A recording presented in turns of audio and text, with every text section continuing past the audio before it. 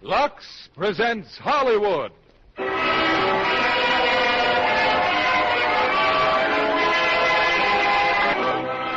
Lever Brothers Company, the makers of Lux Flakes, bring you the Lux Radio Theater, starring Paul Douglas and Linda Darnell in Letter to Three Wives. Ladies and gentlemen, your producer, Mr. William Keighley.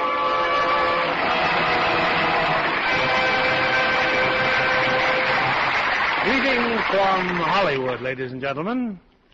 As a motion picture director, I know the first requirement of a good picture is a good story. So when Letter to Three Wives received the Screenwriters Guild Award for the Best Written Comedy of 1949, it was obvious that Joseph Mankiewicz had turned out an unusually clever screenplay for the 20th Century Fox hit. It concerns a letter written by a small-town siren to three wives, and how that letter threatens their security and happiness. Tonight we have Linda Darnell in her original role, and co-starring with her, also from the original cast, is Paul Douglas, who achieved enormous success on Broadway before he brought his refreshingly different talent to the screen. We know you'll welcome Letter to Three Wives, just as we have welcomed letters from thousands of wives about Lux Flakes.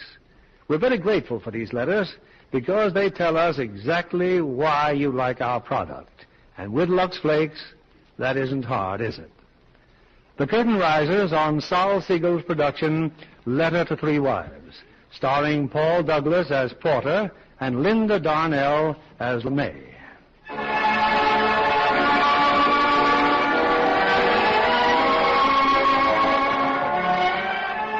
I've just finished writing the letter. In a moment, the messenger boy will take it down to the dock. He'll deliver it to my three dearest friends, Deborah and flung them at the excursion boat. And tonight, after the excursion, they'll all be together again. The first dinner dance of the season at the country club. I'm Mrs. Ross, Addie Ross. But this isn't my story, not exactly. It's the story of my three dearest friends. Let's start with Deborah, shall we? Mrs. Brad Bishop. I've known Brad a long, long time. It was Brad who gave me my first black eye and my first kiss. When Brad came home from the war, he brought a wife with him, Deborah. I wonder what they were talking about at breakfast this morning.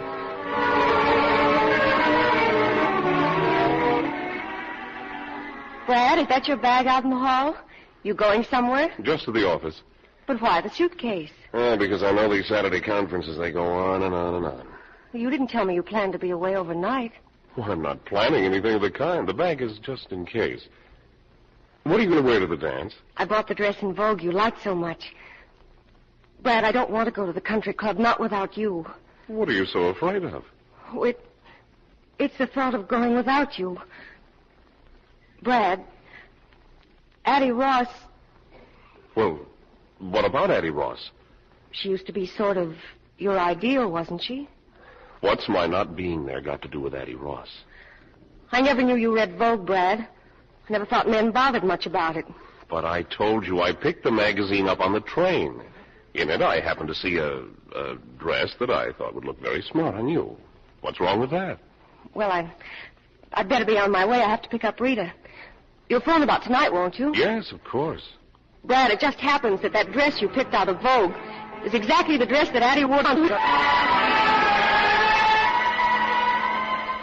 Oh, Deborah won't stay mad at him long. She's too much in love with Brad. Women are so silly. Right now, she's in front of Rita's house. Rita and George Phipps. Morning, George. Where's Rita? Oh, she's coming. On behalf of the underprivileged children of this town, I'd like to thank you overprivileged ladies for sharing your excess privileges with us. George, there's something different about you today. Something odd-looking. Oh, just that usual two-headed school teacher look. But there's no school on Saturday, and you're all dressed up. This? Oh, just my little old blue serge. First Saturday of the trout season, too. Brad says you never Just so happens I have something better to do. Debbie, darling, we'll just have to stop by at the station. I've just got to get my script off on the 8:42. Do you mind? We'd better hurry, Rita. Bye, George. Bye, Debbie. What's George being so mysterious about? I wouldn't know. It seems we're not talking. Oh, I'm sorry. Well, it's just one of those things. Was he acting strangely? Oh, only his not going fishing and all dressed up. Well, so he is. His blue suit. And on Saturday, of all things. Oh, do you mind if I turn on the radio? It still isn't working. It's just as well. Save myself listening to the murder of my little brainchild. Rita, why on earth do you do it? 5 radio programs a week, up until dawn, almost every night writing them. Why? Because each week in return, I receive 200 pieces of what Addie Ross calls the most restful shade of green in the world. Addie again. Why is it that sooner or later we always wind up talking about Addie Ross? I wonder if she knows how much we do talk about her. What we say. And how we feel about her. Well, now you've met Deborah and Rita. What about Lora Mae? Lora Mae's already at the dock. She's been waiting for her friends to arrive. Sorry we're late, Lora Mae. Rita had to... Anyone there you know? Just a husband of hers running like mad to catch the train. Well, where's Addie? Isn't she here yet? Addie Ross left town this morning.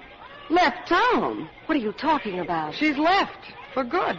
But why? What happened? It must have been very sudden. Lora Mae, for heaven's sake, tell us. Well, the doorman told me she subleased her apartment last week, and yesterday she sold her car. So much for your sudden decision. Well, if that isn't just like Addie. But why such a big secret? Oh, who knows why Addie does or doesn't do anything. Let's get on the boat. Wait a minute. Yes, young man. I got a message for the mesdames Bishop, Hollingsway, and Phipps. From the dear departed, I'll bet. Addie's so tactful. She even puts us in alphabetical order. Open it up, Rita. No, let's wait. For what? Till we're back from the boat trip. Knowing Addie... I mean, why let her spoil our day? It's going to be tough enough taking care of 50 children. She won't spoil my day. Addie Ross never saw the day she could spoil my day. All right. Read it, then. Dearest Debbie, Lora Mae, and Rita, as you know by now, you'll have to carry on without me from here. It isn't easy to leave town, to tear myself away from you 3 dear, dear friends who have meant so much to me. And so I consider myself extremely lucky to be able to take with me a sort of memento, something to remind me always of my 3 dearest friends whom I want never to forget. You see, girls, I've run off with one of your husbands, Love Addie.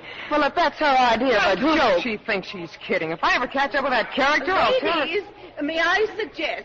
The captain seems to think, well, now he's getting rude about it. Who's getting rude? But either they get aboard this tub or we go without them. Well, it looks like Addie has crowned one of us Queen of the May.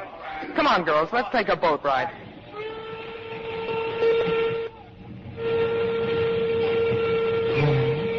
Nothing to do now except entertain the kids and have a nice, relaxing boat trip. Girls, what are you looking so serious about?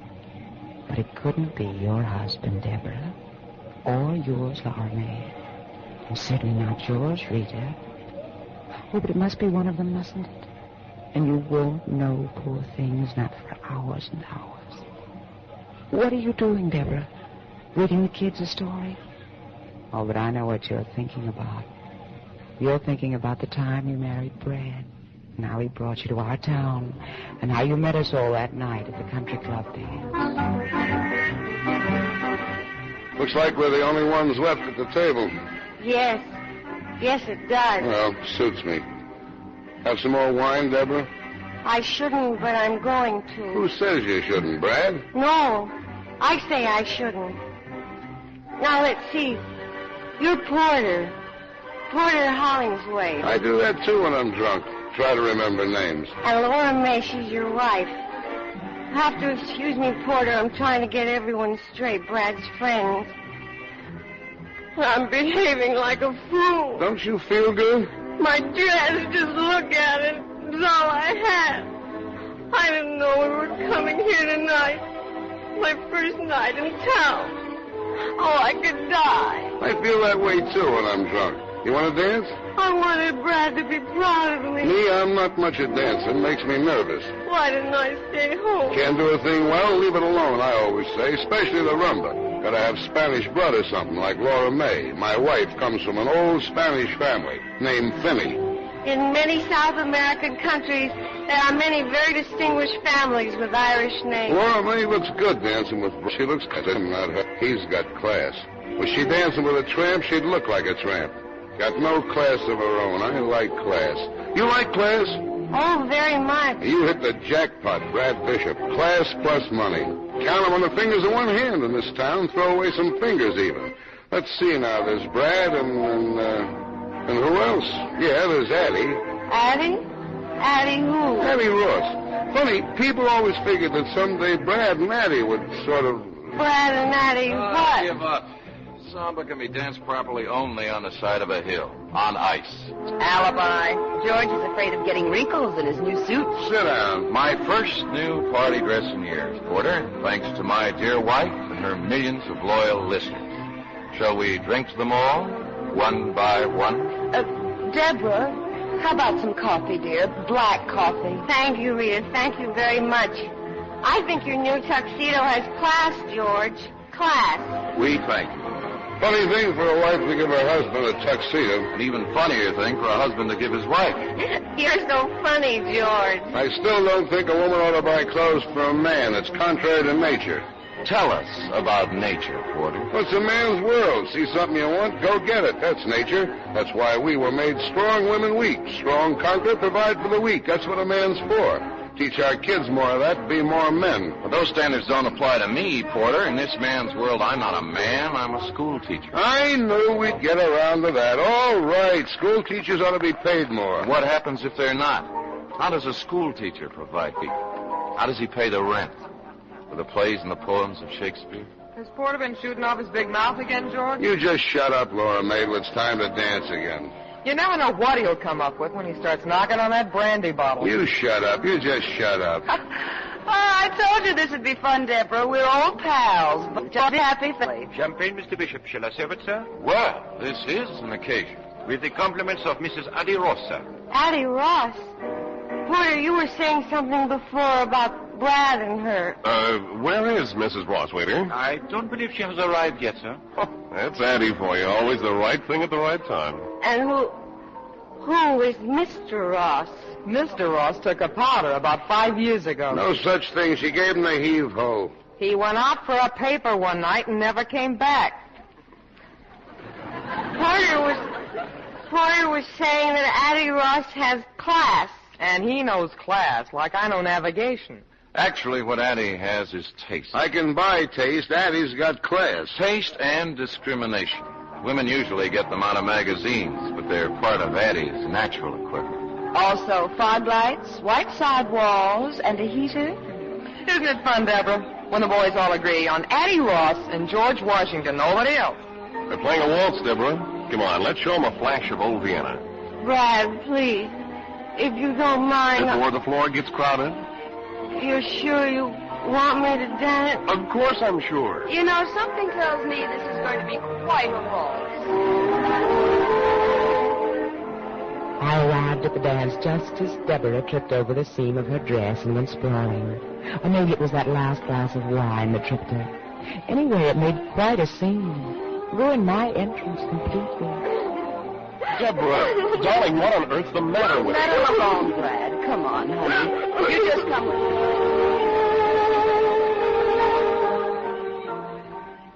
I can't stay in the powder room all night.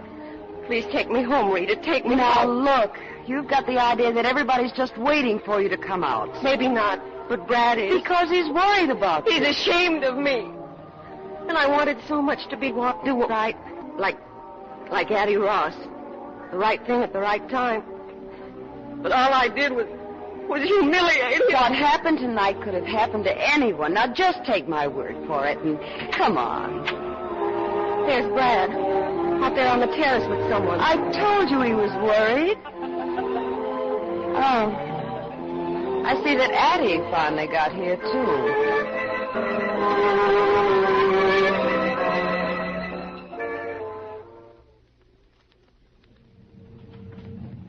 That was a long time ago, wasn't it, Deborah? That's when you first heard about me. And a little seed of suspicion took root. That's why you dread ever going home today. My letter. You're so sure it is Brad, aren't you? Who knows? Maybe you're right, darling. Maybe it is.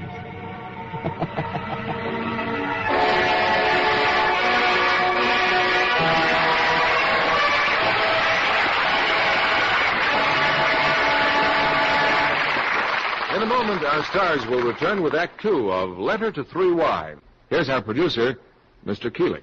Act Two of Letter to Three Wives, starring Linda Darnell as Lora Mae and Paul Douglas as Porter.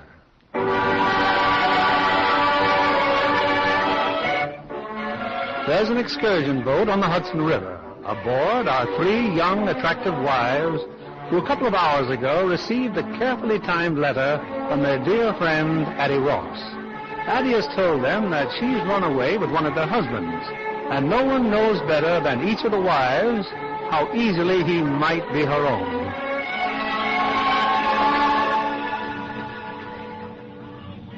What's the matter, Debbie? The kids are down. I just took a minute to enjoy the view.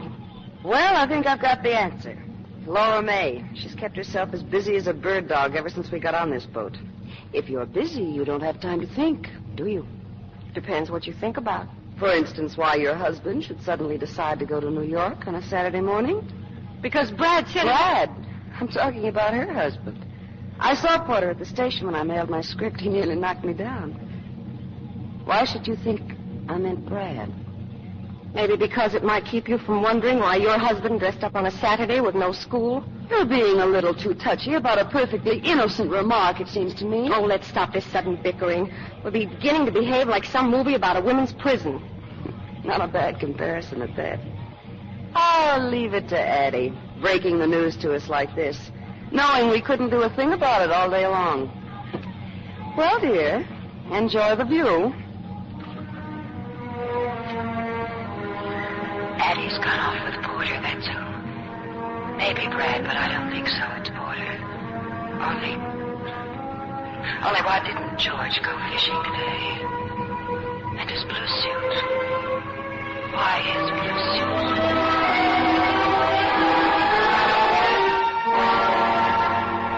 Yes, Rita. Why?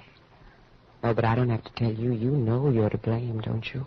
You know how George feels about teaching school. You also know how he feels about your trying to earn money writing those radio scripts. Do you remember, Rita, the time you insisted upon having those radio people come to dinner? Mr. and Mrs. Manley. Remember, dear? Now, listen to me, Sadie. They're very important people, so let's get a couple of things straight. First, when you announce dinner... I know. I ain't supposed to say soup's on. Okay, dinner is served. All the people from the city are going to eat here. They happen to be in charge of a great many radio programs, including the one I write. You know what I like about your program? Even when I'm running the vacuum, I can understand it. Thank you so much. You brought a uniform, I hope. It's kind of corny, but I'll wear it if I gotta. Well, I'm back. Oh, did you get the liquor and cigarettes? Right here. Well, where's the scotch, George? I didn't buy any. Too expensive. But the Manleys are sure to want scotch. People in show business, well, you know what I mean. Those kind always drink scotch. I know what you mean, dear, but I wish you wouldn't say it in radio English. That kind, not those kind. There are men who say those kind, who earn $100,000 a year. There are men who say stick 'em up, who earn even more. I don't expect to do either. Nor are you expected to pay for the scotch. You're quite right. It's funny how it slips my mind now and then. Oh, don't be silly, darling. Rita, isn't all this a little pretentious? All right, so I'm out to impress the boss. What do I get for that, 30 years? I'm sorry. I'll call up the liquor store. They can send over some scotch, all right? George, just one thing, please. No jokes about radio. Oh, the time for joking about it is past. Radio has become a very serious problem now, like juvenile delinquency. That's just what I mean, cracks like that. Oh, here, this came for you, this package. For me? What is it? I haven't any idea. Oh, wait a minute, there's a card. For George on his birthday. If music be the fruit of love, play on. Addie Ross. Rita, look. Beethoven's String Quartet. George, your birthday. And I forgot all about it. Well, don't worry about it, darling. I'm not much for birthdays. Oh, but you are. You're very much for birthdays. Well, this time you had a lot on your mind. Even so. George. What a memory Addie's got. Almost a year since we talked about Beethoven. Leave it to Addie. When the company came, the Manleys and Porter and Lora Mae, George was playing the record album I'd sent him.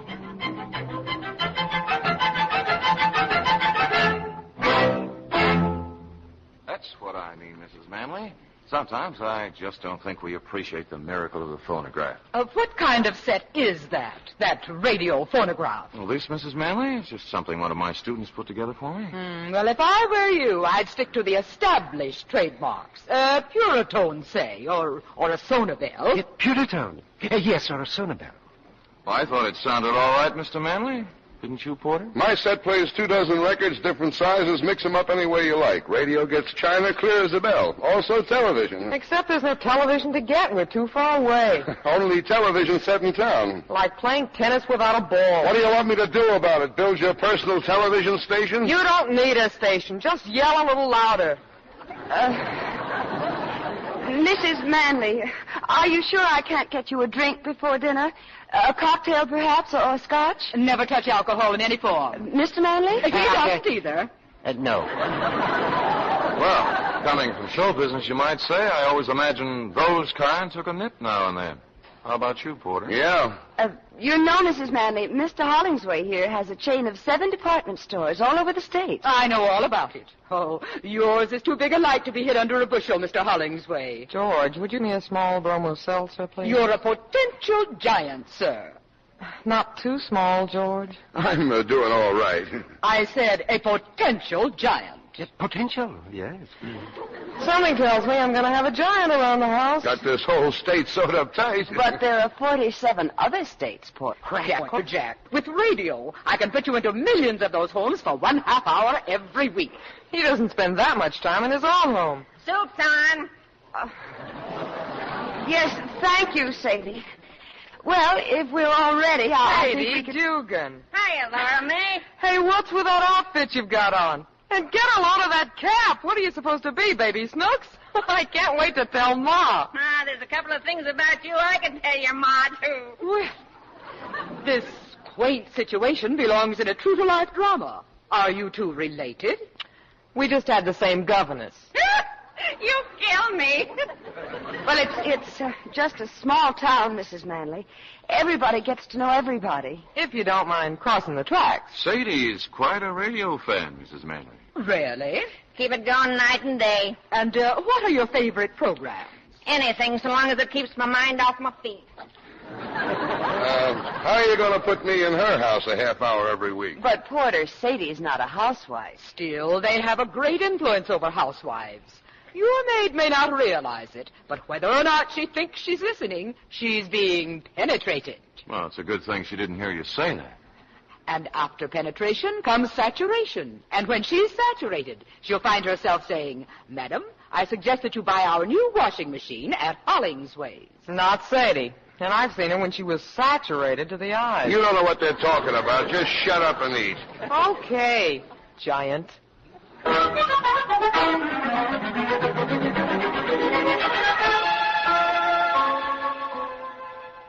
Well, Rita, it was quite an evening. I've never seen you in better form, George. Never. They asked my opinion of their radio programs. I said I'd rather not discuss the subject. They wouldn't let me alone. But it would have been so simple, something non-committal. Well, certainly she doesn't blame you for what I said, and you're not too badly about it. And you had to correct her on even that. Bad, Mrs. Manley, not badly. Oh, Georgia, I had told Mrs. Manley so much about you. One of the editors is leaving their agency. There's a job open, $175 a week. And I told her... You told Mrs. Manley I might be interested in working for her? Now, George, please, listen to me. Come here. Sit down for a minute. Look, Rita, let's put aside my personal likes and dislikes. They're not important. I'm willing to admit that to a majority of my fellow citizens, I'm a slightly comic figure. an educated man. Well, nobody's asking you not to be. Think of the good you could do. Maybe raise the standard. And what's even worse than being an intellectual, I'm a school teacher. School teachers are not only comic, they're often cold and hungry in this richest land on earth. And thousands are quitting every year to take jobs that pay them a decent living. That is unhappily true. Then why not you? Because I can't think of myself doing anything else. What would happen, do you think, if we all quit? Who'd teach the kids? Who'd open their minds and hearts to the real glories of the human spirit, past and present? Who'd help them along to the future? And at that, I've been luckier than most. Even without what you earn, I've managed to keep our heads above water. It's quite a strain over a period of time with the water lapping at your chin. That's where you've been a great help. I'll admit it has upset my male ego from time to time. And your overdeveloped sense of taste and discrimination, which is apparently equaled only by that of Addie Ross. Let's try to keep Addie out. I am fed up with taste and discrimination. I'm fed up with your contempt for me and everything I try to do. You're talking nonsense. Oh, everything I say is nonsense. It's all this work. You're overtired. You do too much. And what do you suggest I stop doing? My moronic radio scripts, which pay most of your bills? Now, calm down. And what do I go back to? Washing, scrubbing, ironing, and a life of taste and discrimination? I'm fed up with Addie Ross. What's it all about, really? If music be the food of love, play on. Give me excess of it. Serve up to me sick, so die. From Twelfth Night by Mr. Shakespeare, which Addie and I played in high school. I thought it was a very clever note. And there was more to it than a childhood memory. Yes, there was. But we won't go into that. Right now, we're going to get a few things straightened out once and for all. Sit down. Yes, Professor. Sit down. Look, Rita, 7 years ago, I made the most perfect marriage ever devised by man, heaven, or radio. My wife was an independent, understanding woman. We thought the same thing about everything, from baseball to Beethoven. In those 7 years, I was never contemptuous of you. I was proud. But when that drooling pap began to change you, when your independence turned to fear, when I watched you snivel and grovel around those 2 walking commercials, I didn't like it. And I don't like it. I want my wife back, Rita. I want my wife again.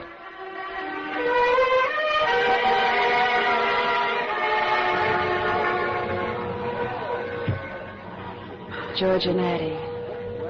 It must be George. Why didn't he go fishing? And his blue suit.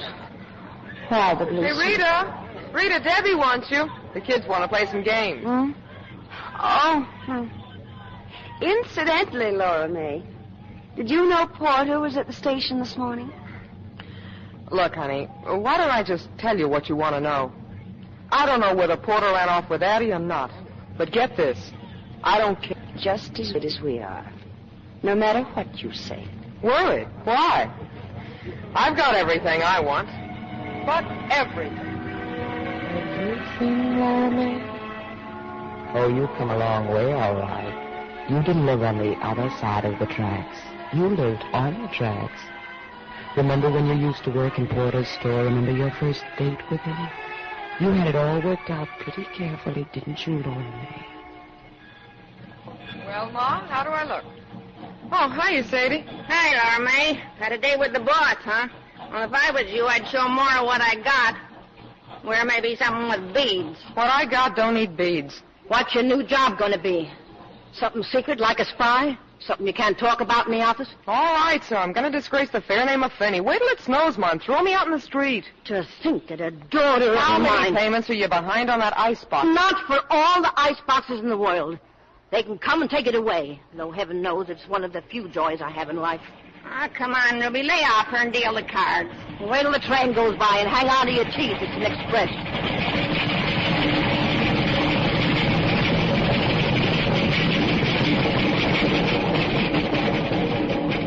They're not going to take away your icebox, and I know exactly what I'm doing. Just remember, you're my daughter and a decent girl. It's him.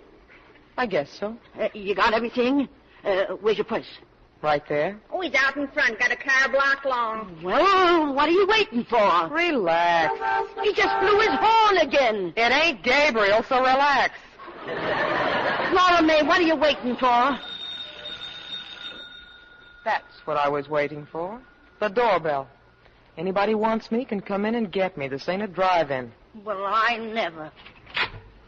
Oh, Good evening, Mr. Hollingsway. Good evening. Hi. Huh? Oh, I see Miss Dugan. I just didn't know my last name was Dugan. But I don't believe you know my mother, Mrs. Finney. Mother, this is Mr. Hollingsway. Pleased to meet you, I'm sure. How do you do? Won't you sit down? Well, I've got a table reserved for 7:30. Yes, you are late, aren't you? I won't be a minute. Just get my bag. But your bag's right over. It's a cold night out, ain't it? Well, not bad.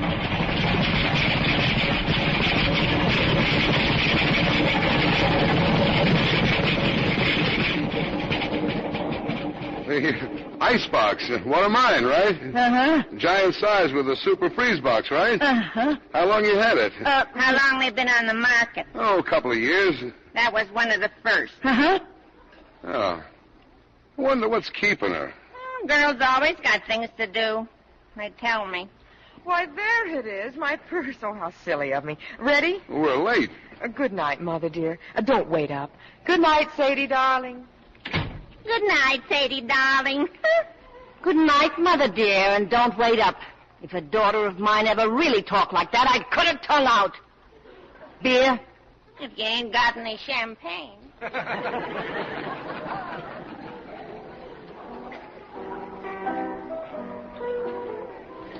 My, but this is a nice place, Mr. Hollingsway. I come here all the time. With other young ladies you want to talk to about new duties at the store? Let's not talk business.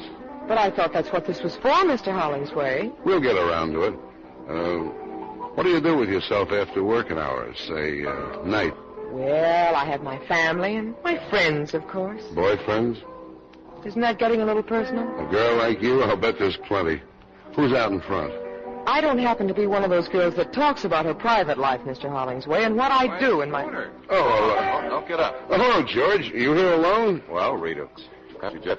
Addie's with us. Addie? It was a last-minute idea. We figured you'd probably have another engagement. Whose idea? Addie's? May I have a cigarette, please? Huh? Oh, here you are. Oh, thank you.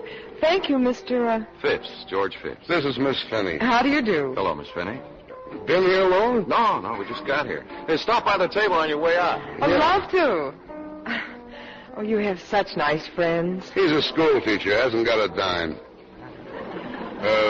It's getting stuffy in here. I want some air. Come on, let's drive somewhere.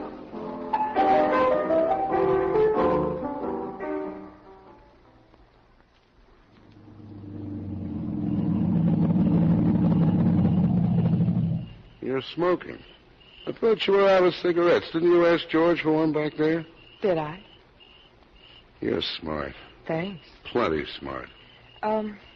Miss Lipke is leaving the store next week. Yeah. And you'll need a new assistant supervisor. Like flies around honey. Huh? You and your boyfriend. I thought we'd settle that. I want to talk about it some more. What makes you so interested in my boyfriend? What do you think? I've got very definite ideas. Like what? Well, there's never been anybody in particular. Nobody special. Plenty wanted to, I bet. What do you think? Then you're waiting for that one guy to come along? I've got very definite ideas. What's he got to be like, this one guy? Someone who wants to marry me more than anything else in the world. You sure got wrong ideas about things. They may be wrong, but they're definite. Well, tomorrow's another working day. Shall we go? Yeah, let's go.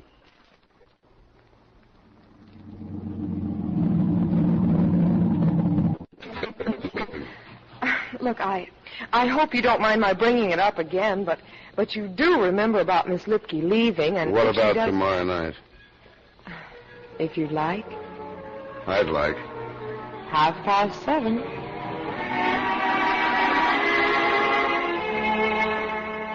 Lora Mae.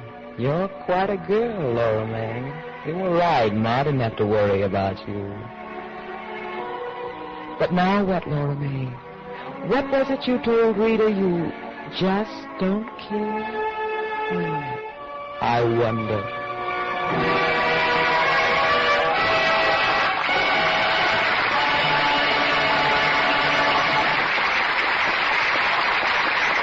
We pause now for station identification. This is CBS, the Columbia Broadcasting System.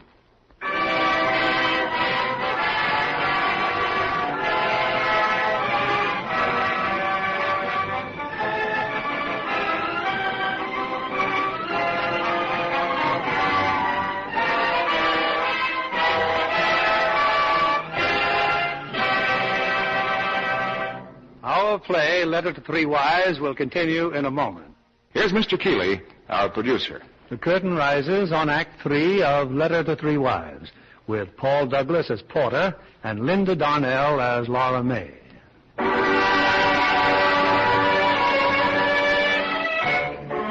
For Deborah, Rita, and Lora Mae, they're alive. The excursion boat is still far from home, and it'll be hours yet before one of them knows the awful truth, that it's her husband who's run away with Addie Ross. On your next date, you let Porter kiss you, didn't you, Lora Mae? Just one kiss. But you knew he'd be back tomorrow.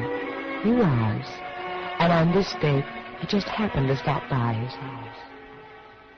Oh, it's the most beautiful house I've ever seen. It's just about everything anybody'd want. You name it, I got it. You were married once, weren't you? Is this her picture? My wife? I wouldn't even have her fingerprints in the house. Then who's this? Well, somebody I know. I bet I can guess. Addie Ross. That's right. So that's what she looks like. Well, you can't tell from that, really. It's only a picture. She's beautiful, all right. She sort of looks like a queen, doesn't she? Like a queen ought to look. I imagine you must be very good friends. Well, I helped her with some investments. She gave me this picture last Christmas. Almost a year ago. Yeah, I just never bothered to put it away, I guess. Porter. You know how I feel about you. Look, I'm only human, you know. I'm not so sure you are. No? No. Thanks. You're smart. So you told me. I'm smart, too. I've been around. I'll bet. It's an old act. You're good at it, but you can't fool me. I know all the answers. Then answer this one. Why pick on me? I've been watching your work, Miss Finney, and I think you're ready for advancement. Let's have dinner and talk it over. There's a brand new act for you. It's got a beard a mile long. I didn't ask you out. You asked me. And why me? The woods are full of girls. Not like you. You can say it again, not like me. And they don't want what I want. All right. What do you want? Not a $4 a week raise. I don't want a new car, a fur coat, or a trip to Hawaii. Any 7 big doors, Mr. Hollingsway. Name it. I want to be in a silver frame on a piano. My own piano in my own house. You mean you want to get married? Does that make me a freak? I've been married once. Once is enough. I'm just not the type. Maybe you just haven't found the right girl. Well, I'm not easy to get along with. I'm set in my ways. I want to do what I want when I want. But if it was just a question of the right girl, wouldn't any man in the world want to marry you? Not if he thought he could marry Addie Ross. Maybe I don't know all the answers, but I know some of them. Well, it's late. I'd better be getting home. Okay, if I call you a cab? Beats walking in the snow. Just tell him to charge it to my account. Sounds like you keep the cabs pretty busy with this sort of thing. I do a lot of business with them, store business. Well, don't get mad. You just keep needling me. Look, I'd insist on paying for that cab myself, but I'm in no spot to be proud. From tomorrow on, I count for pennies. What's tomorrow? The day I start looking for a new job. I'm not going to fire you. I'm going to quit. Well, what do you want to do that for? That's a silly question coming from a man who knows all the answers. But don't let it worry you, Porter. Maybe it's just a new twist in the same old act. I'll call the cab. Thanks, I'll pick one up at the corner. Maybe you're right, Porter. Maybe I'm a fool. But maybe you're the biggest fool in the world. Lora Mae.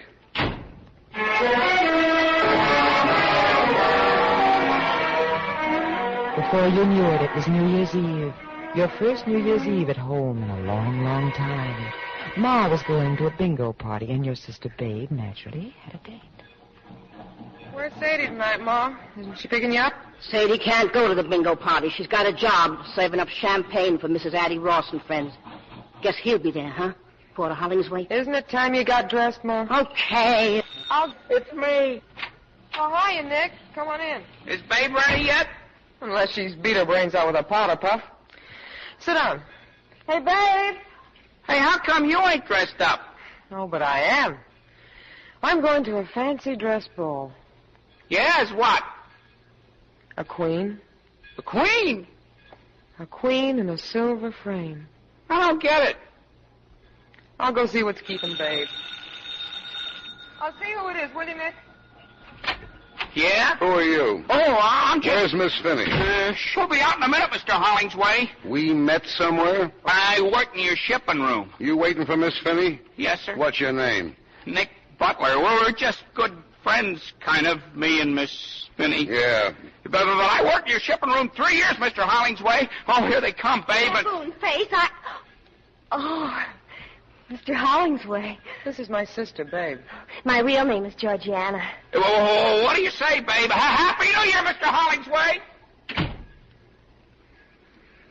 I thought Baboon Face was waiting for you. He used to. I gave him to Babe. He goes with a dress. I came to take you to a party. Addie Ross's party? Yeah. She must need another waitress. I told her we had a date and not to expect me if you'd made other plans. Here, these are for you. Orchids, huh? Thanks. Put them on. I'm not going anywhere. You wouldn't want to let them die. I'll put them in the icebox. The orchids ain't paid for either. Lora Mae, I can't take it anymore. I thought we decided to leave it alone. It's worse not seeing you, knowing you're here. Maybe I ought to leave town. Wondering about you, who you're with, who you're kissing. Take it easy now. I can't sleep nights thinking about you. So what? What about the way I feel, my sleep? But then I'm not even human, am I? I'm just a great big... You know the answer. I can't take it anymore. Well, what's the use, Porter?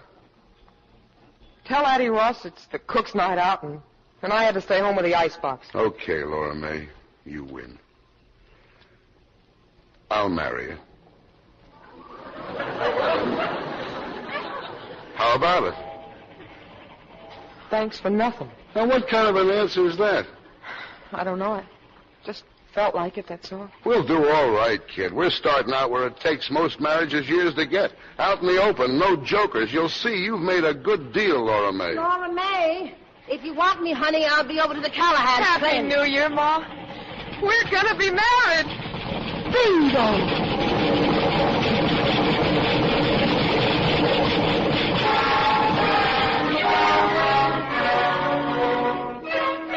And so they were married. And that's how in time we all became such good friends. Lora Mae, Deborah, Rita, and I. Oh, that brings us right up to date.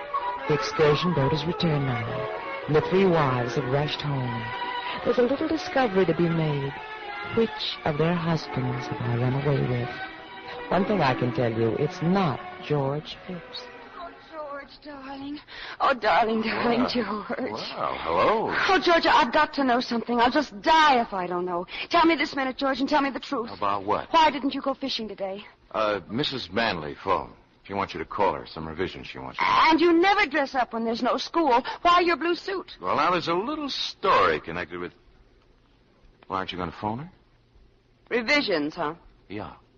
Mrs. Manley will get the revisions on Monday. If that doesn't suit her, she can find herself another writer. Rita. I mean it, George.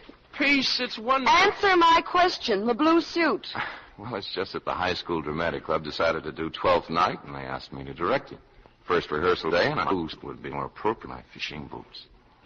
And Addie knew about it. Which accounts for the note she sent.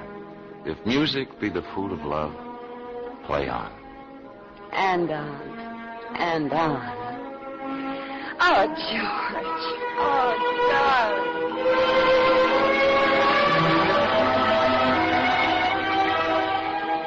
darling. Well, that clears up George, doesn't it? But what's Deborah found out? You know, Brad said he phoned. Oh, yes, madam. Mr. Bishop phoned a little after 4. He said he's very sorry, but he won't be home tonight. Won't be home. Won't be home. Brad won't be home. Mm-hmm. And now, Lora Mae. Ma's there with her. Ma's living with him now. $28 I lost today. Sadie's right. That racetrack's crooked. It isn't the track, Ma. It's the horses. They fix things up among themselves. Say, how come Porter's so late tonight? It's 7:30. You know, Ma, Porter may not be coming home at all. You mean tonight? Any night. I think he's gone away for good. With somebody else? Ah, I don't believe it. I do. Porter would never leave you for good, and not for another woman. Why not? Because he's in love with you. He's what? You hide me plain crazy in love with you. Are you out of your mind, Ma? I thought I heard soft voices in here. Hello, Porter. What's the fight about this time? Furs, jewelry, or cash? My children and me never fight. Fix me a drink, will you? I'm tired. And the reason we never fight being my children know that I know what I'm talking about. Your father was clear, Lora Mae, but I learned a lot about men from him. May he rest in peace. Addie Ross left town today, Porter. And she took somebody's husband with her. Yeah? Well, you seem real excited about it, like I told you we were having lamb for dinner. What do you want me to do, sue somebody? I'm tired. I just figured that maybe you were the lucky boy. Then I must have broke your heart when I walked in here. Funny you should mention my heart. So you figured I ran away with Addie. How'd it feel? You don't have to tell me. I can tell you. You ought to go on information, please. So what? I got mine. That's what you thought to yourself. You ought to get a concession at some carnival. You're a regular mind reader. 3 years of playing the good wife. Here's where I cash in. Here comes the payoff. That's what you thought. I've been a good wife. The best your money could buy. Strictly cash and carry. Isn't that what you wanted? Isn't that what you told me? Out in the open? You made a good deal, kid? Did you ever stop to think, Porter, that in over 3 years, there's one word we've never said to each other, not even in fun? To you, I'm a cash register. You can't love a cash register. And I'm part of your inventory. You can't love that either. I asked you to marry me because I was crazy about you. You didn't even ask me. Did you give me a chance to? All you ever showed me was your price tag. You better get dressed if we're going to the country club. We're meeting the others there at 8:30. I'll be ready when you are.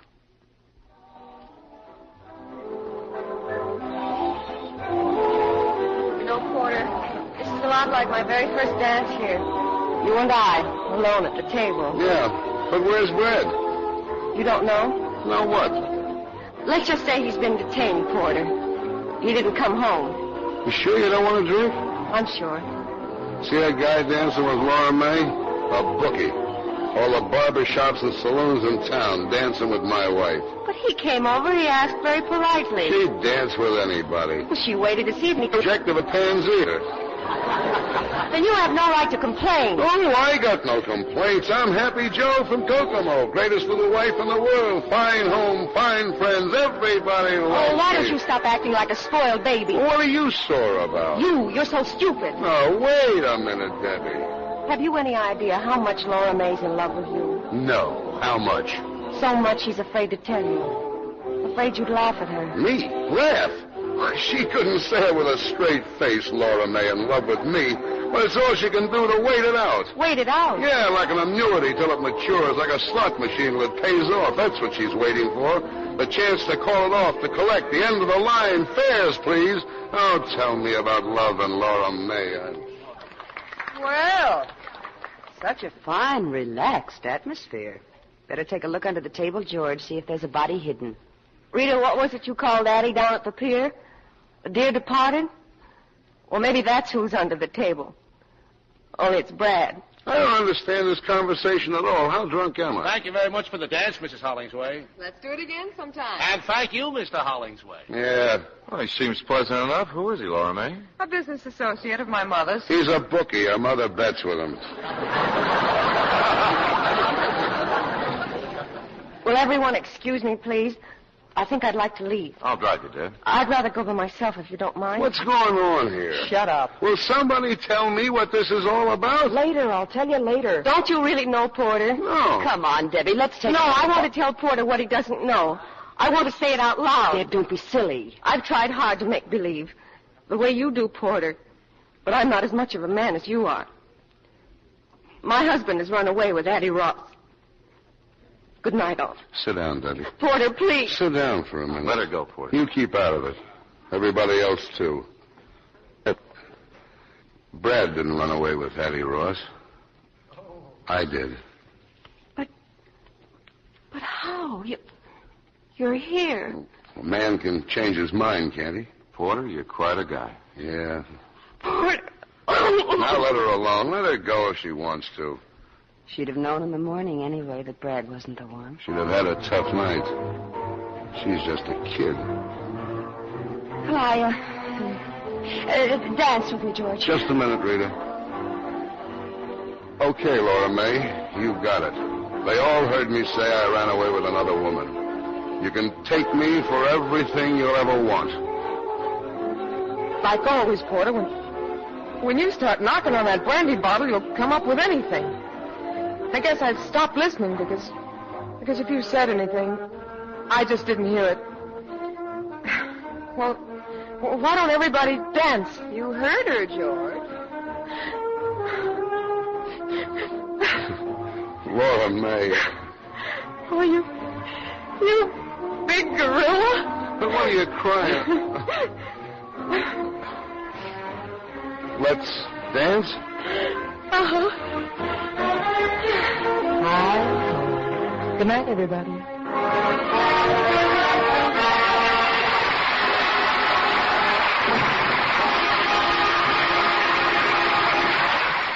Here's Mr. Keeley with our stars. The curtain falls on 3 endings for 3 wives. And here are tonight's stars coming down stage to add a postscript. Linda Darnell and Paul Douglas.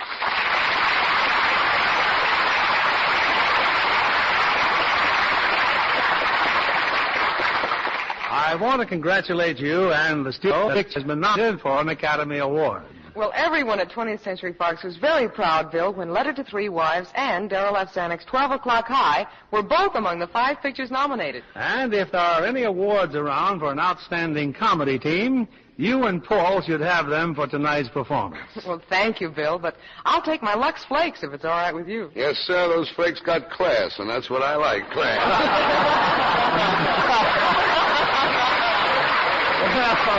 I'll see that you get some too, Paul. How are you getting along with art, Linda? Well, I've been working in oil. Everybody's got a well but me. And I've been doing a little sculpting, too. Paul, incidentally, sometime I'd like to do a head for you. Look, the one I'm wearing isn't much, but I've had it long attached to it, you know. Paul, I understand you've just completed a new picture on location. Where'd you make it? In New Orleans, Bill. And speaking of pictures, what do you have here next week? A very special attraction. With 2 stars we've had many requests for. First, one of our all-time favorites, Van Johnson. And co-starring the beautiful, glamorous Esther Williams. With them, we'll also have Virginia Gray. And I know you'll love them all in the gay Metro-Goldwyn-Mayer comedy hit, Easy to Wed. Well, that is something special, Bill. Good night. Good night, all. Good night, and hurry back.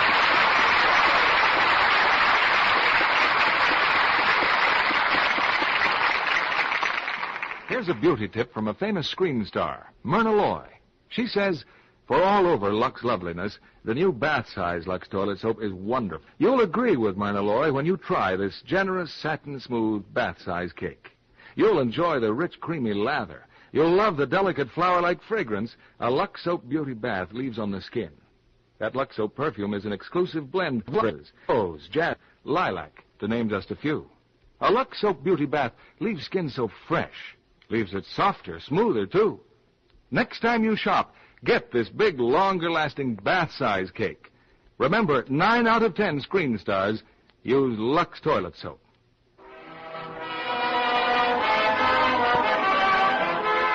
Lever Brothers Company, the makers of Lux Flakes, join me in inviting you to be with us again next Monday evening when the Lux Radio Theater presents Van Johnson and Esther Williams in Easy to Wed with Virginia Gray.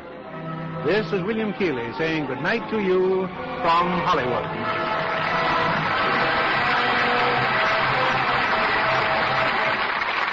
Paul Douglas and Linda Darnell appeared through the courtesy of 20th Century Fox, producers of Mother Didn't Tell Me, starring Dorothy McGuire and William Lundigan. Our play was adapted by S.H. Barnett, and our music was directed by Louis Silvers. This is your announcer, John Milton Kennedy, reminding you to join us again next Monday night to hear Easy to Wed, starring Van Johnson and Esther Williams with Virginia Gray. Stay tuned for My Friend Irma, which follows over these same stations. This is CBS, the Columbia Broadcasting System.